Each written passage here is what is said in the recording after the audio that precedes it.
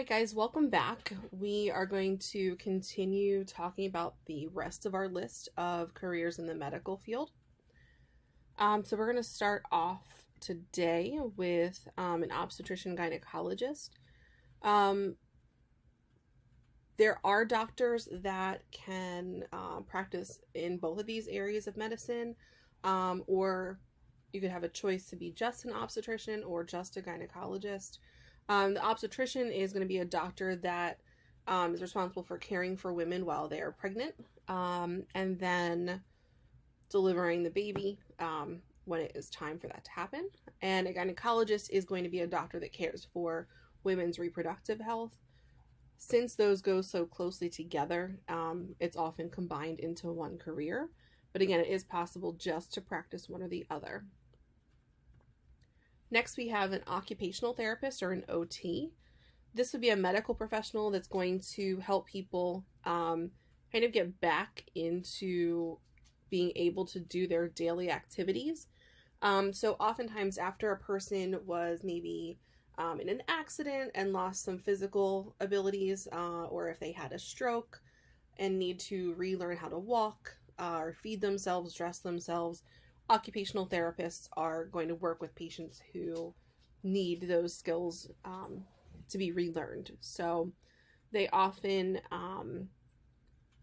play a big part in people being able to get back to how they were before whatever the issue was that happened to them. Next is an oncologist. An oncologist is going to deal with diagnosing and treating patients with cancer. Similar to that, an oncology nurse would be a nurse that works with people, patients that have been diagnosed with cancer. Both will help to monitor the patients throughout their treatments and hopefully get them into remission. Next, we have an ophthalmologist. There's also an optometrist, and we'll go over that one next. An ophthalmologist is going to be a doctor that's going to specialize in taking care of the eyes and working with people's vision to correct their vision. They would perform eye exams. If there are diseases of the eye, they would diagnose and help treat those and give medications for that if necessary. They're also able to perform surgery on the eye. So, for example, if somebody needed cataract surgery, or if they had they wanted LASIK to correct their vision, LASIK surgery, those doctors would be able to do that. On the other hand, an optometrist, the reason why I have doctor of optometry in quotes is because an optometrist will go to, not go to medical school.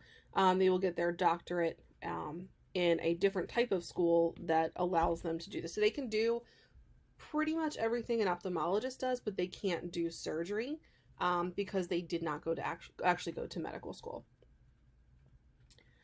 Next, an orthopedist is going to be a doctor that cares for your bones, joints, ligaments, nerves, and tendons. So if, let's say somebody had broken a bone playing a sport, for example, they would be recommended probably from the emergency department or their own primary care doctor to go see an orthopedist. It's going to be a specialist to make sure that those bones and joints and things heal properly. Next, a pediatrician. This should be familiar to everyone because these are probably the doctors that most of us have seen at some point in our lives. They're going to be doctors that will care for children, usually from birth. People usually stop going to a pediatrician around the age of 18, but I believe they actually treat patients up until the age of 21 if needed. A pharmacist is going to be responsible for working with medications, filling prescriptions for patients, and they also really have a critical role because if there's a patient on multiple drugs or medications, they're going to be responsible for making sure that there's no harmful drug interactions.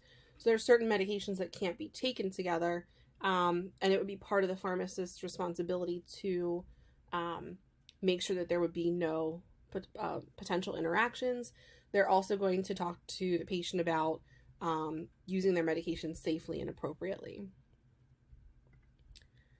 Next, we have a psychiatrist. A psychiatrist is a doctor, so you would need to go to medical school to be a psychiatrist. They're going to specialize in mental health, also different like mental disorders. Because they are a doctor, they are able to prescribe medication. So if you were going to see a psychiatrist, that doctor would talk with you about different issues you might be having. So for example, maybe somebody with depression would go and talk about that with a psychiatrist, work through those issues they were having, but the psychiatrist would also be able to prescribe medication for them. A psychologist is similar, but they would not be a doctor, a medical doctor. So they would not be able to prescribe medication. They do have a big role in helping people to improve their quality of life by seeking that therapy. So psychologists will sometimes do research or work directly with patients. So if you might be interested in how the brain works and different issues people might have because of their brains not working in a quote unquote normal capacity, then a psychologist might be a good option because you are able to do research, conduct different clinical trials and things like that as a psychologist. Next, we have a physical therapist. So this would be a medical professional who's going to help the patient be able to use different exercises to restore their range of motion. This is different from an occupational therapist because it's just going to be helping to restore movement. So in the picture there, you can see he's kind of using that band to stretch his leg out. So that might be after an injury where he hasn't lost the ability to walk or to feed himself, dress himself, that kind of thing. It's just recovering from an injury that affected movement, pretty much. Next, we have a physician assistant.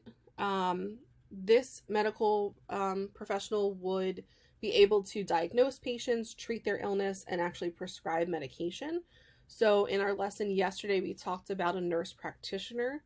So one of the main ways they're different is that a nurse practitioner needs to have everything signed off on by a doctor, but a physician assistant does not, and they're able to prescribe medication for their patients.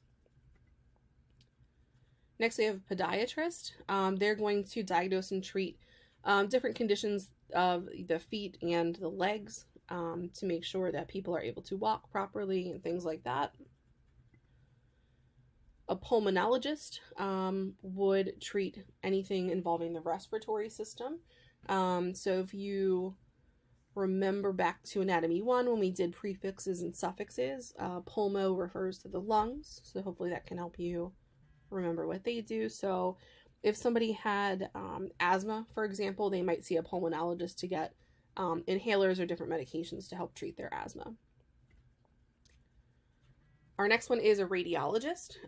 This doctor is going to essentially be able to read x-rays, CT scans, MRIs, ultrasounds, and be able to diagnose patients from those different imaging tests, and then offer a treatment plan for that after that. Next, we have a rheumatologist. A rheumatologist is going to deal with different diseases as well as certain autoimmune diseases. An autoimmune disease is when your immune system attacks your own body's tissues. But they'll focus specifically on diseases that affect your joints, muscles, and bones. One example would be of a disease that they would treat patients that would be rheumatoid arthritis. So that is when the body's immune system attacks the joints, so the cartilage starts to wear away, they have movement issues. Somebody with arthritis would see a rheumatologist for treatment. And then we have a veterinarian. This would be a doctor who would take care of non-human animals. They often will do surgery as well as see their patients just for different kinds of exams in an office. And then our last one is a veterinary tech. They're going to work closely with a vet to help take care of and diagnose different injuries that animals, again, non-human animals, might have. So this is the end of our list of medical professions. Part of what you're going to do tomorrow is to sign up for one of these careers that you are interested in. That link will be posted in your Wednesday folder, and that will be published at 12 a.m. Wednesday. So if you are very adamant about getting a certain profession that was on this list that we covered yesterday and today, then you should probably sign up earlier in the day tomorrow to try to get what you want, because if somebody else has already signed up for it, then you will need to choose a different one. As always, if you have questions, please let me know and we can get that taken care of for you. And I look forward to learning about what you might be interested in.